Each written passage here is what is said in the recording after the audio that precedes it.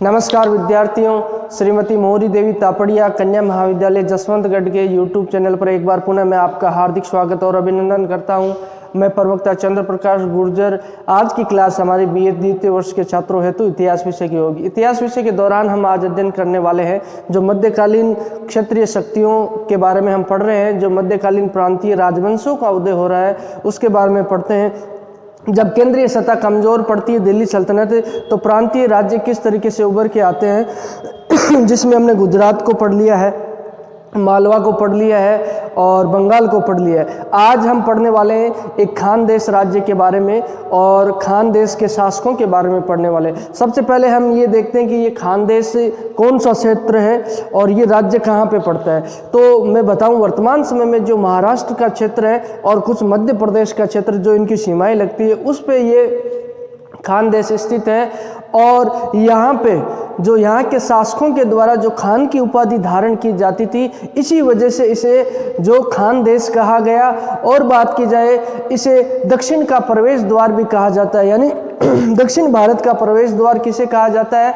खानदेश को दक्षिण भारत का प्रवेश द्वार कहा जाता है। और ताप्ती नदी, जो ताप्ती नदी घाटी है उस पर ये खानदेश बसा हुआ था। उस ताप्ती नदी घाटी के इर्द गिर्द ये खानदेश बसा हुआ। यहाँ पे शासकों के द्वारा शासन किया गया, उसके बारे में हम अध्ययन करेंगे। तो शुरुआती दौर में बताऊं आपको फिरोज शाह तुगलक का जब शासन था 1351 ईस्वी से लेकर 1388 ईस्वी, आपको पता होगा। फिरोज शाह तुगलक के शासन काल के समय यहाँ का सूबेदार फिरोज शाह तुगलक के द्वारा नियुक्त किया गया था मलिक राजा फारूकी। किसे नियुक्त किया गया? मलिक राजा फारूकी को। और ये वहाँ का सूबेदार, जिस तरह जो फिरोज शाह तुगलक की मृत्यु हो जाती है 1388 ईस्वी में, उसके पश्चात जो केंद्रीय शक्ति, जो सेंटर पावर है, जो पैरामाउंटेंसी है, परम सत्ता कमजोर हो जाती है और क्षेत्रीय शासकों को उभरने का अवसर मिलता है। उसी समय बात की जाए तो मलिक राजा फारूकी के द्वारा अपने स्वतंत्र मुस्लिम राज्य की स्थापना कर दी जाती है। अब स्वतंत्र मुस्लिम राज्य की स्थापना लगभग 1399 ईस्वी तक कर दी जाती है मलिक राजा फारूकी के द्वारा। और इनके नाम की वजह, जो मलिक राजा फारूकी इनका नाम रहता है, इसी वजह से ये फारूकी वंश कहलाता है। यहाँ पे शासन करने वाले शासक किस वंश से संबंधित थे अगर आपसे पूछा जाए तो फारूकी वंश से संबंधित थे। तो ये खानदेश की भौगोलिक स्थिति रहती है। उसके अलावा खानदेश पर जो गुजरात के शासकों और बुरहानपुर के शासकों के जो पड़ोसी राज्य होते हैं, इनके साथ इनके संघर्ष होते रहते हैं और अंततः देखा जाए तो गुजरात राज्य के अधीन खानदेश चला जाता है। हालांकि एएल श्रीवास्तव के द्वारा कहा गया, एएल श्रीवास्तव यानी आशीर्वादी लाल श्रीवास्तव, जो एक इतिहासकार है, मध्यकालीन भारत का इतिहास उनके द्वारा लिखा गया। उनके द्वारा कहा गया है मध्यकालीन भाग में इस युग में खानदेश का कोई महत्वपूर्ण योगदान भारतीय राजनीति में देखने को नहीं मिलता है। इसका जो कुछ समय के लिए योगदान रहता है, कोई खास योगदान हमें देखने को नहीं मिलता है। और देखा जाए मूलतः गुजरात शासकों के अधीन ही इसके द्वारा शासन किया जाता है। तो खानदेश के बारे में हम संक्षिप्त रूप में जो क्षेत्रीय शक्तियों के विकास के तहत जानेंगे। यानी मध्यकाल में, जो मध्यकालीन जो भारत हम पढ़ रहे हैं उसमें कौन कौन से प्रांतीय राजवंश उभरते हैं। तो खानदेश के बारे में बात की जाए तो मलिक राजा फारूकी, जो फिरोज शाह तुगलक के द्वारा सूबेदार नियुक्त किया गया था और फिरोज शाह तुगलक की मृत्यु होने के पश्चात इसके द्वारा स्वतंत्र मुस्लिम राज्य की स्थापना खानदेश में कर दी जाती है।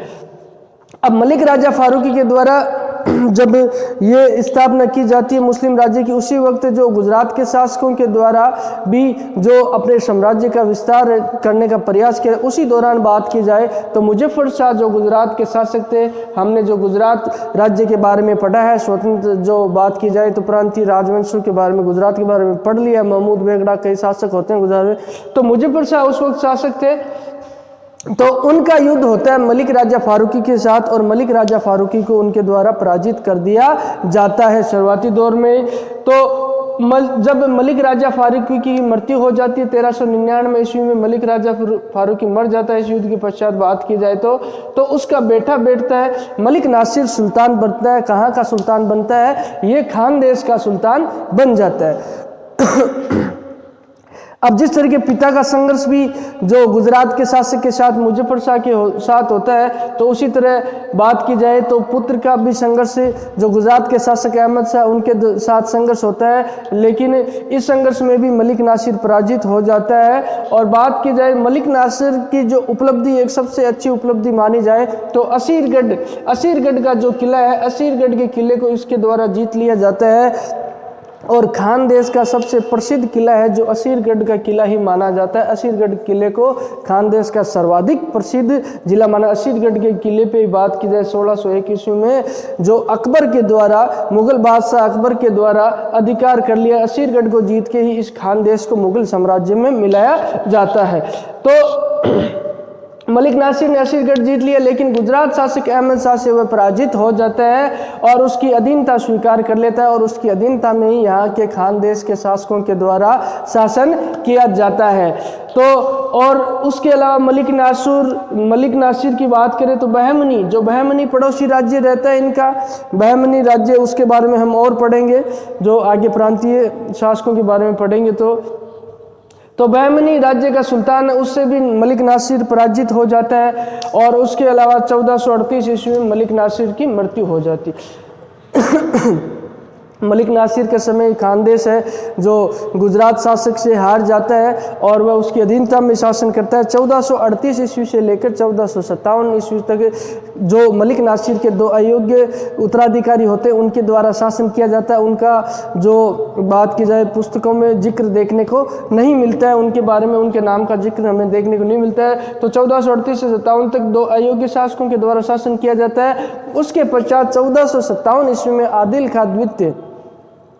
खां द्वितीय खानदेश का शासक बनता है और सुल्तान बाहू ये काफ़ी योग्य और कुशल पराक्रमी शासक होता है। इसके द्वारा खानदेश की काफ़ी इसके समय में बात की जाए तो खानदेश के द्वारा काफ़ी भौतिक उन्नति की जाती है।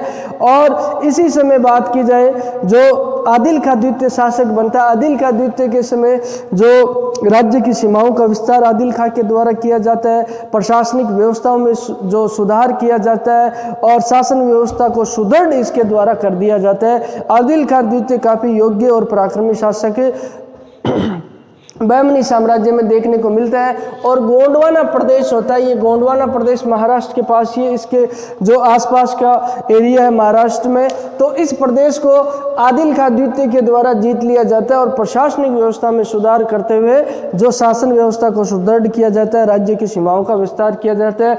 ये बात की जाए तो खानदेश में आदिल खां द्वितीय एक योग्य शासक देखने को मिलता है।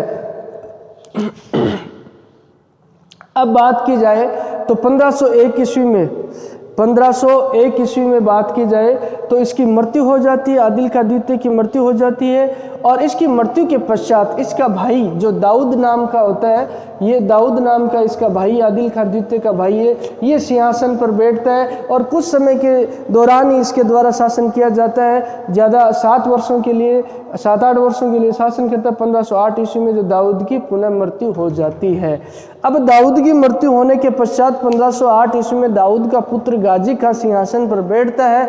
गाजी खां सिंहासन पर बैठता है। गाजी खां उत्तराधिकारी को योग्य उत्तराधिकारी नहीं होता है और 7-8 दिनों में इसको जहर दे के निपटा दिया जाता है। 1 सप्ताह में जहर खिलाया इसको और ये खत्म। गाजी खां मरने के पश्चात अराजकता और अव्यवस्था फैल जाती है और यहाँ के जो उत्तराधिकारियों में उत्तराधिकारी संघर्ष शुरू हो जाता है कि सुल्तान कौन बनेगा, वो कहता मैं बनूंगा, वो कहता मैं बनूंगा। तो बात की जाए तो उस वक्त जो यहाँ उत्तराधिकारी संघर्ष में गुजरात के शासक महमूद बेगड़ा और बहमनी के सुल्तान के द्वारा दो अलग अलग उम्मीदवारों का पक्ष लिया गया। और इस उत्तराधिकारी संघर्ष में बात की जाए तो गुजरात के शासक महमूद बेगड़ा का जो उम्मीदवार रहता है आदिल खां तृतीय, वह विजय होता है और महमूद बेगड़ा के द्वारा आदिल खां तृतीय को जो सुल्तान बना दिया जाता है कहाँ का, खानदेश का। हालांकि बात की जाए तो आदिल खां तृतीय जो गुजरात शासक की अधीनता में शासन करता है और एक करद शासक के रूप में, यानी जो कर देने वाला शासक हो उसे करद शासक कहते हैं। तो यह स्वतंत्र अस्तित्व खानदेश का देखने को नहीं मिलता है और आदिल खां तृतीय यहाँ महमूद बेगड़ा की अधीनता में शासन करता है। और बात की जाए तो आदिल खां आदिल खां तृतीय के पश्चात बात की जाए तो महमूद प्रथम जो 1520 ईस्वी में शासक बनता है। कब बनता है? 1520 ईस्वी में शासक बनता है महमूद प्रथम। ये आदिल तृतीय का पुत्र होता है और आदिल तृतीय के द्वारा 1508 ईस्वी से लेकर 1520 ईस्वी तो 12 वर्षों तक इसके द्वारा शासन किया जाता है। 12 वर्ष का इसका शासनकाल रहता है।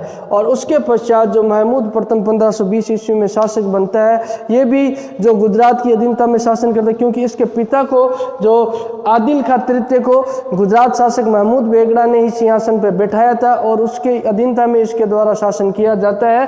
तो उसका पुत्र महमूद प्रथम जब सुल्तान बनता है तो महमूद प्रथम के द्वारा भी जो गुजरात की अधीनता में शासन किया जाता है। इस तरीके से खानदेश का स्वतंत्र अस्तित्व समाप्त हो जाता है। आशीर्वादी लाल श्रीवास्तव जो इतिहासकार है, इन्होंने यही बात कही है कि जो इस युग की राजनीति में खानदेश का कोई महत्वपूर्ण भाग नहीं रहता है, यानी कि मध्यकालीन युग में खानदेश में कोई विशेष राजनीति का कोई महत्वपूर्ण भाग नहीं रहता है। और 1601 ईस्वी में अकबर के द्वारा असीरगढ़ के किले को जीत लिया जाता है। जो मैंने आपको बताया, खानदेश का सबसे महत्वपूर्ण किला होता है असीरगढ़ का और काफ़ी प्रसिद्ध किला होता है। इस किले को अकबर के द्वारा 1601 ईस्वी में जीतते हुए खानदेश पर विजय हासिल कर ली जाती है और मुगल साम्राज्य में मिला लिया जाता है।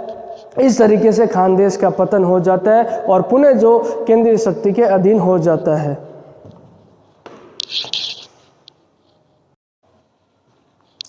तो विद्यार्थियों, आज हमने क्षेत्रीय शक्तियों का विकास के तहत, जो मध्यकाल में क्षेत्रीय शक्तियों का विकास होता है यानी प्रांतीय शासकों का उदय होता है, उसके तहत खानदेश के बारे में जाना है। और ये खानदेश कहाँ पे स्थित है मैंने आपको बताया। जो महाराष्ट्र, वर्तमान महाराष्ट्र और मध्य प्रदेश का जो क्षेत्र होता है खानदेश, और इसकी राजधानी बुरहानपुर, ये मैंने शायद नहीं बताया, बुरहानपुर इसकी राजधानी होती है और ताप्ती नदी के आसपास का क्षेत्र होता है।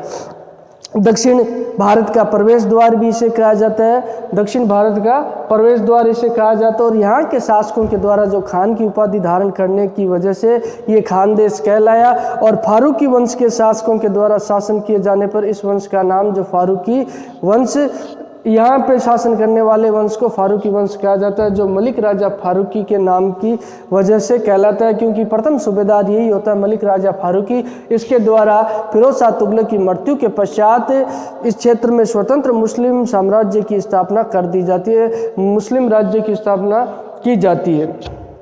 उसके पश्चात इसके पुत्र मलिक नासिर के द्वारा शासन किया जाता है। मलिक नासिर के बाद में बात की जाए तो 2 अयोग्य उत्तराधिकारी होते हैं। उनके पश्चात बात की जाए तो आदिल खां द्वितीय के द्वारा शासन किया जाता है। आदिल खां द्वितीय के पश्चात बात की जाए तो दाऊद जो आदिल खां द्वितीय का भाई है, इसके द्वारा शासन किया जाता है। और उसके पश्चात जो दाऊद के बेटे गाजी खां के द्वारा शासन किया जाता है। और गाजी खां की मृत्यु के पश्चात जो उत्तराधिकारी संघर्ष होता है यहाँ पे खानदेश में अपने को देखने को मिलता है। इस संघर्ष में यहाँ के पड़ोसी शासकों में जहाँ अहमदनगर का सुल्तान और गुजरात के सुल्तान के द्वारा समर्थन किया जाता है अलग अलग उम्मीदवारों का। इसमें गुजरात के सुल्तान महमूद बेगड़ा के उम्मीदवार आदिल खां तृतीय की विजय होती है और उनको महमूद बेगड़ा के द्वारा सुल्तान बना दिया जाता है। और इसी समय से गुजरात के पूर्ण रूप से जो खानदेश है अधीन चला जाता है और उसकी अधीनता में इसके द्वारा जो शासन संचालन किया जाता है। आदिल खां तृतीय की मृत्यु के पश्चात महमूद प्रथम गुजरात का शासक बनता है। इसका पुत्र है आदिल खां तृतीय का पुत्र महमूद खां, ये भी एक गुजरात के करद शासक के रूप में शासन किया जाता है। और धीरे धीरे जो बात की जाए तो खानदेश का स्वतंत्र अस्तित्व समाप्त हो जाता है। और 1601 ईस्वी में मुगल शासक अकबर के द्वारा असीरगढ़ को जीतकर खानदेश का विलय मुगल साम्राज्य में कर लिया जाता है। बोलिए, यहाँ तक आपको कोई चीज़ समझ में नहीं आई हो, किसी तरह की समस्या हो, शंका हो तो आप निसंकोच पूछ सकते हो। जो शैक्षणिक व्हाट्सएप ग्रुप है आपके लिए प्लेटफॉर्म अवेलेबल है, उसके माध्यम से आप अपनी बात मुझ तक पहुंचा सकते हो। किसी तरह की राय और सुझाव हो वो भी आमंत्रित है। और जैसा कि आपको विदित है अति शीघ्र ही आपके जो महाविद्यालय खुलने वाला है जो राज्य सरकार के दिशा निर्देशों के अनुसार, तो उम्मीद करता हूँ बेहतर तरीके से आपको ये जो मैंने पढ़ाया वो समझ में आया होगा। और सभी विद्यार्थियों का पुनः एक बार बहुत बहुत धन्यवाद।